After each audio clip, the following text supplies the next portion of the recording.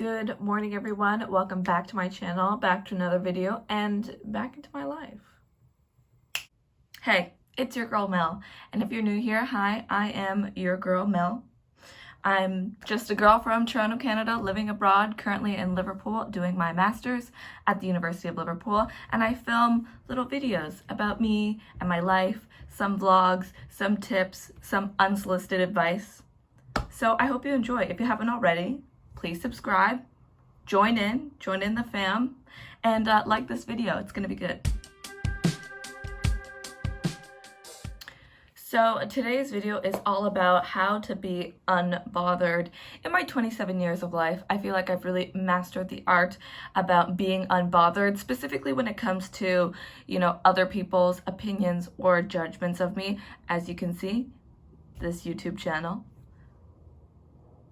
I feel like when somebody puts themselves online, probably they are unbothered because everybody has everything to say about you online, behind the screen. So here are my best tips, tricks, advice, steps to kind of, being a more authentic, out there version of yourself and just less bothered by the people around you and their negativity or outside influences that you don't need in your life. I will put a bit of a disclaimer though. This is not like being unbothered in a way where you literally don't care or you're like very stoic and, nothing sways you. Obviously, you should care about your families and friends and their thoughts about you. Also, genuinely, if you are in school or at work, mentors and authority figures, you should care what they have to say. This is not about just living your life on, the rules that you make, and no, this is not that video. That's a disclaimer. If you want to be like that, go find a different video. We are trying to be unbothered but still acceptable human beings in society. Okay, the first kind of step, tip, trick, whatever you want to call it, about living an unbothered life is first finding out the life that you want to live and be, unbothered in.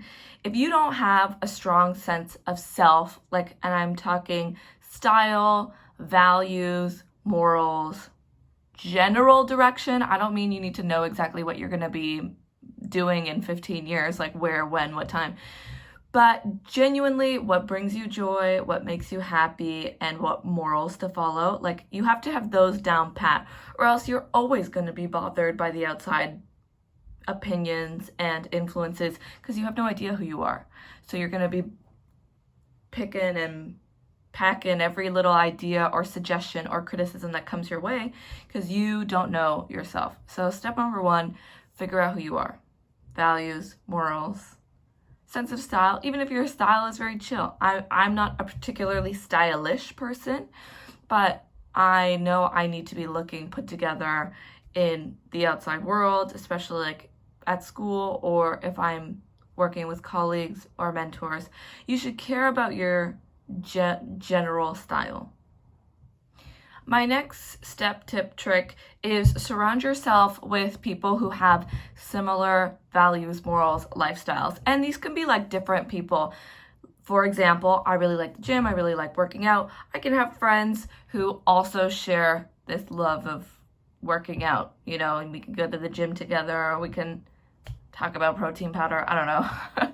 And then, strong values that I have are a good body, mind, soul connection. I'm very spiritual. So I have friends who, also reflect that. You need to find friends who hit every value and every moral you have. That would be a bit impossible. But as long as you have different friends who hit the same kind of keynotes as you do, it's good. Because what's the saying? You're like the sum of the 5 people closest to you or something. I hear that all the time, literally on every podcast you've ever listened. People are like, you're the sum of the 5 people you hang out with the most. So they are right. They are right. That's why they keep saying it. So definitely try to surround yourself with people who you like or who you aspire to be like, or people who just reflect the same, even problems or battles that you're going through, like if you're both striving to be better at X, Y, and Z, it's good to have people who are, you know, going through the same struggles as you. Not everybody needs to be perfect. You don't need to surround yourself with like a bunch of perfect robots. Definitely people you can grow with are amazing. So that's a big key. Surround yourself with people who have kind of the same wavelength as you. My next step, tip, trick is learn how to take criticism. Also, this, like a subsection of this, is learning to decipher what is criticism, like what is constructive criticism, and what's just like nagging and picking. There are two very different things. So first you need to accept criticism. When people are telling you to do something differently or you're doing something wrong, it's probably because they've come into contact with this struggle or problem or situation and they've moved through it, and this is what helped them. People aren't criticizing to be mean to you. Like I've always been, I'm not going to say good at taking criticism, but people have always had a lot of things to say because I love trying new things. I'm very much a jack of all trades kind of gal. So I've tried a lot of different things. I've had many different professions. So I've received a lot of criticism in a lot of different things. And definitely, I don't think I took criticism well as a child. Like it really stung because I thought I was perfect, and I am at heart. But no, as an adult, I've learned to take criticism better. I've learned to, you know, they're not trying to embarrass you. They're not trying to belittle you. They're literally trying to help. Now, let's kind of figure out when criticism is constructive criticism and when it's somebody's just nagging you or actually being a butthole. A clear indication is who is it coming from. If it's coming from your family and friends, people say your family and friends are your hardest critic because they don't know all your tics, they don't know all your this, that's, and this, and it's, you know, if they're trying to criticize you, they've had these criticisms, you know, they see you the most. For example, I have YouTube. Some people, my mom, she tells me I swear too much, and swearing is something I've always done. I grew up with kind of a bad mouth because I was very into comedy and stand-up comedy, and a lot of comedians swear, and I think it's funny.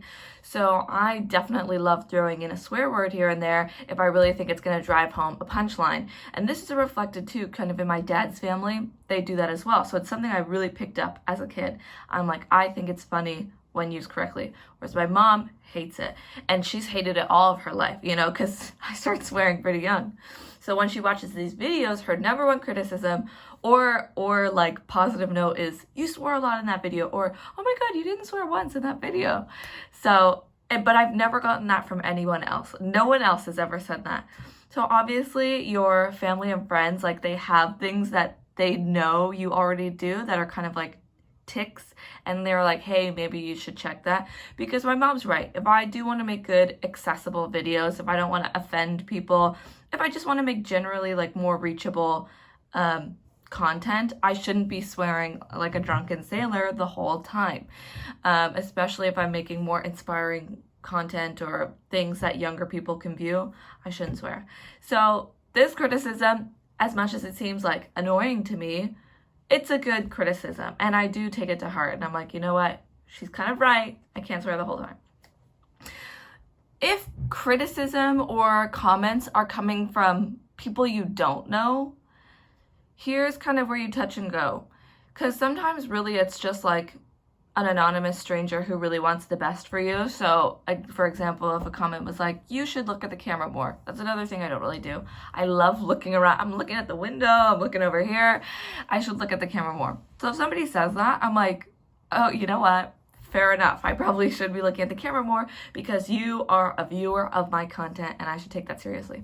If somebody else comments and was like, your braids look dumb and you should never have braids in your video again.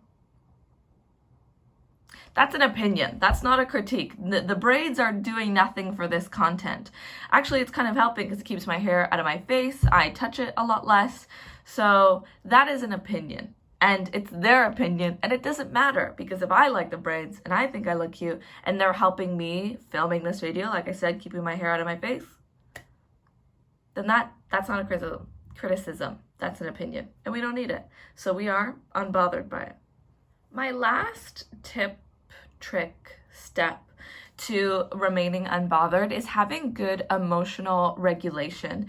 So this is something a lot of people struggle with, especially, younger people who are going through puberty. Their emotions are all freaking crazy. If you're going through like a hard time in your life, or if you genuinely are trying something new, doing a new job, you will be receiving a lot of criticism and a lot of outside opinion. So you have to be unbothered in a way where you can't take it to heart. And this has a lot to do with emotional regulation. Because at the end of the day, what makes you feel bothered is that those emotions of shame, embarrassment, feeling like you're unworthy or inadequate.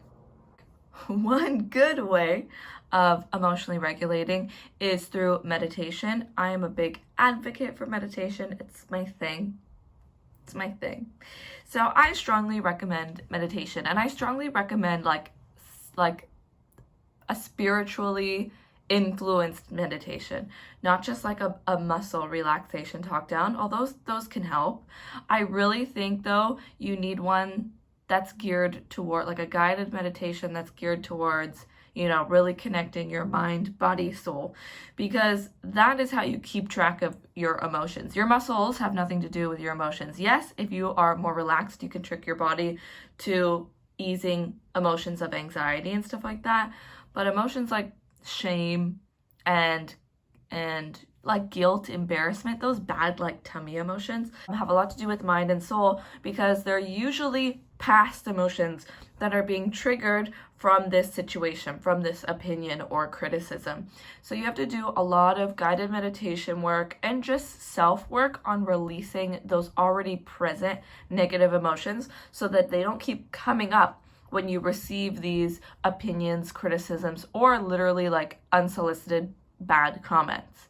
There are other ways though you can emotionally regulate. Like really good ways are, you can do yoga, working out kind of regulates your emotions, as long as you're like not pumping roids the whole time.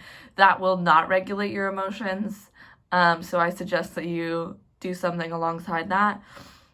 Other things, journaling helps you regulate your emotions.